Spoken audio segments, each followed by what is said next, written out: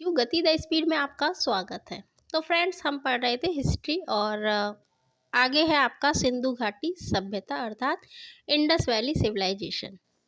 ठीक है, यहाँ से आपसे प्रश्न पूछे जाते हैं और ये आपने ऑलरेडी वैसे भी पढ़ा होगा, क्योंकि शुरू में जब हम पढ़ते हैं हाई स्कूल इंटर वगैरह तो पढ़ के आते हैं, बट क्या होता है भूल जाते हैं। ठीक है, तो इसको आपको देखना है। बहुत ही अच्छी सभ्यता थी, नगरीय सभ्यता थी। इसमें आप ये सोच के चलिए कि जो हम मतलब आज अपने बना रहे हैं बिल्डिंग और ये सब, उस समय देखिए ये नगरीय सभ्यता थी। उस समय का इनकी सड़कें कैसी थी, तो बहुत ही विकसित थी ये। ठीक है, और आज पितृसत्तात्मक परिवार है, तब ये मातृ सत्तात्मक था।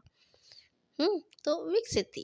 ठीक है, अच्छा, इसमें से जहाँ प्रश्न बनेंगे हम बता देंगे आपको, बाकी आपको देख लेना है। तो स्टार्ट करते हैं इंडस वैली सिविलाइजेशन।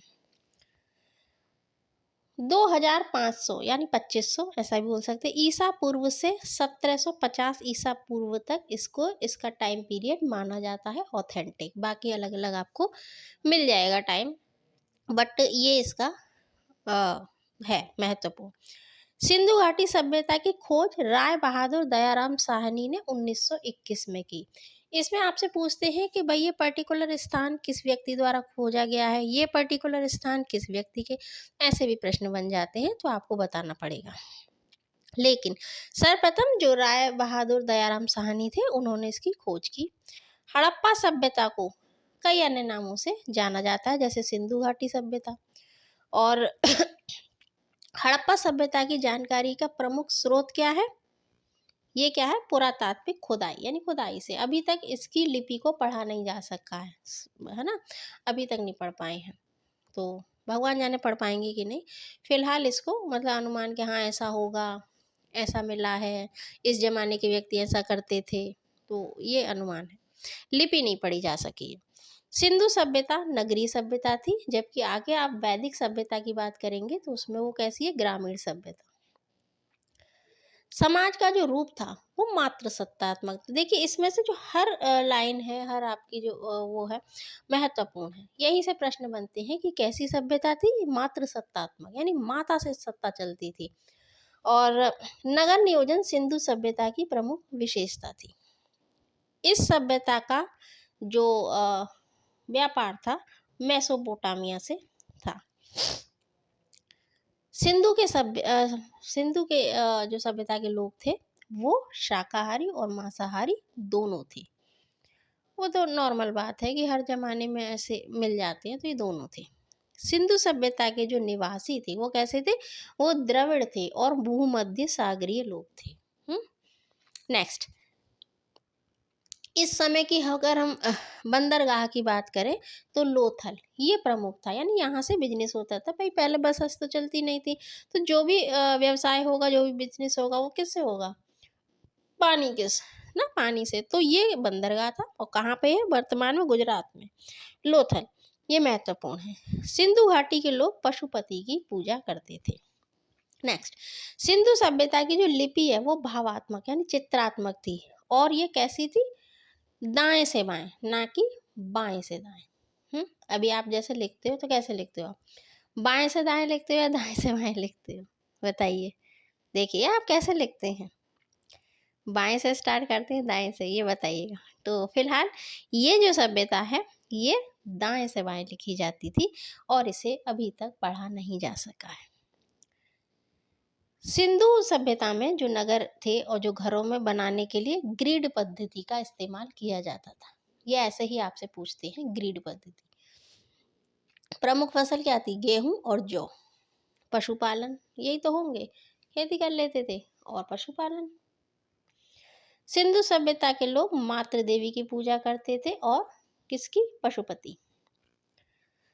चावल के अगर एविडेंस की बात करें तो ये भी पूछे जाते हैं कि कौन सा एविडेंस कहाँ से मिला है। चावल के साक्ष्य लोथल। भाई जहाँ पानी होगा वहाँ चावल होगा, तो जाहिर है लोथल से ही मिले हैं। जुते हुए खेत के साक्ष्य कालीबंगा। मनके बनाने के कारखाने लोथल और चन्हूदड़ो। सिंधु घाटी सभ्यता में जो बांध के साक्ष्य अगर आपको मिले हैं तो वो है धौलावीरा। कहाँ पर है ये स्थान, ये बताइएगा। भारत का जो इस समय वर्तमान में संपूर्ण हड़प्पा सभ्यता का सबसे बड़ा हड़प्पन पुरास्थल कौन सा है? राखीगढ़। ये चर्चाओं में भी रहा था, तो राखीगढ़ है, ठीक है। सर्वप्रथम मानव ने तांबा धातु का प्रयोग किया। इसमें आपसे एक प्रश्न पूछते हैं कि भाई सिंधु सभ्यता के लोग किस धातु से परिचित नहीं थे? तो वो लोहे से नहीं थे, ठीक है। लोहा अभी जब आप वैदिक सभ्यता में पढ़ेंगे उसमें ये आएगा। तांबे धातु से इसका प्रयोग करते थे। मीठे के लिए शहद का प्रयोग करते थे। अच्छा, जो तोल थी, तोला की इकाई थी, वो थी 16 के अनुपात में। स्वास्तिक चिन्ह इसी सभ्यता की देन है। स्वास्तिक आप बनाते ना, जैसे शुभ लाभ लिखते बीच में वो सतिया, हम लोग सतिया बोलते हैं, वो स्वास्तिक होता है। स्वास्तिक के किसकी देन है? इस सभ्यता की ये देन है। पशुओं में कुंवड़ वाला सांड पूजनीय है। खिलौने पाए गए हैं कुछ। लोथल और कालीबंगा में जो समाधि मिली है वो युग्म यानी जोड़े से मिली है। यहाँ से घरों के दरवाजे खिड़की सड़क की तरफ ना खुलकर पीछे गली में खुलते थे। अभी आप देखते हैं दरवाजे वाला तो कोई गली में ही बनवा लेते हैं। खैर, लोथल नगर में घरों के दरवाजे मुख्य सड़क पर भी खुलते थे, अंदर भी, और मुख्य जो है वो सड़क पर खुल जाते थे। मनोरंजन के साधन क्या होंगे? आप अनुमान लगा सकते हैं भाई, जब कुछ नहीं है तो क्या है, चेस खेलेंगे, है ना। चौसर, जिसको चौपड़ क्या चौसर बोलते हैं। पासा, पशु पक्षी लड़वाना, यही तो होंगे। जब कुछ है नहीं तो वैसे ही गेम होंगे। आपके पास फ़ोन है तो आप फ़ोन से खेल रहे हैं, आपके पास फ़ोन नहीं तो आप क्रिकेट खेलेंगे, क्रिकेट से बचेंगे फुटबॉल खेलेंगे, उससे भी बचेंगे खो खो खेलेंगे। तो कुछ तो करेंगे जो इस समय होगा। उस समय जो था वो करते थे, पशुपालन करते थे, मछली पकड़ते थे, चौपड़ खेलते थे, पशुओं को लड़वाते थे। और विनाश का मुख्य कारण था बाढ़। कई कारण थे, एक रीज़न नहीं होता है किसी भी विनाश के लिए, तो कई थे, क्योंकि नदी के किनारे तो ऐसा माना जाता है कि बाढ़ आई होगी, सब ले गई होगी। तो कुछ कहते हैं आर्यों ने हमला किया है, तो कई कारण है उसमें। सिंधु सभ्यता के जो खोज स्थल और खोजकर्ता, ये आप देख लीजिएगा, इनको एज इट इज लिख लीजिएगा, क्योंकि ऐसे ही पूछे जाते हैं, आपको मैच करना होगा। हड़प्पा सभ्यता की खोज दयाराम साहनी जी ने 1921 में की थी। फिर मोहनजोदड़ो जो स्थान है, जैसे मृतकों का टीला कहते, पूछ लेते हैं शब्द छोटा सा कि भाई इसका अर्थ क्या है, तो मृतकों का टीला। राखल दास बैनर्जी 1922 में इन्होंने इसकी खोज की। मोहनजोदड़ो यज्ञ दत्त शर्मा 1953-55 में की थी। और आपका जो लोथल है वो SR राव ने 1954-55 में की थी। कालीबंगा बीबी लाल 1961। ये टाइम नहीं है आपके लिए कि 1961 1952, ना। महत्वपूर्ण वो व्यक्ति है जिसने खोज की है, ये आपके लिए खास महत्वपूर्ण है। इनको आप करना चाहे कर लीजिए, ठीक है, बट इतना नहीं है।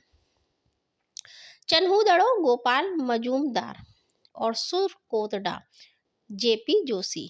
बनावली RS बिस्ट और आलमगीरपुर, ये पूछ लेते हैं यूपी में कहाँ पर है, तो ये मेरठ में है। यज्ञ दत्त शर्मा। कोट दीजी फसल अहमद खां 1953 और सुद कागेडोर RL स्टाइन 1927। धौलावीरा RS विस्ट 1990-91। तो ये आपकी सिंधु सभ्यता से संबंधित कुछ महत्वपूर्ण जानकारी है। इनको आप लिख लीजिएगा, याद कर लीजिएगा, समझ लीजिएगा, जैसा आपको उचित लगे वैसा कीजिएगा। किसी खास टॉपिक और वीडियो चाहिए बताइएगा। अच्छा लगे लाइक करें, शेयर करें, सब्सक्राइब करें, अपनी प्रतिपुष्टि यानी फीडबैक दें। फिर मिलते हैं। Thanks for watching. जय हिंद।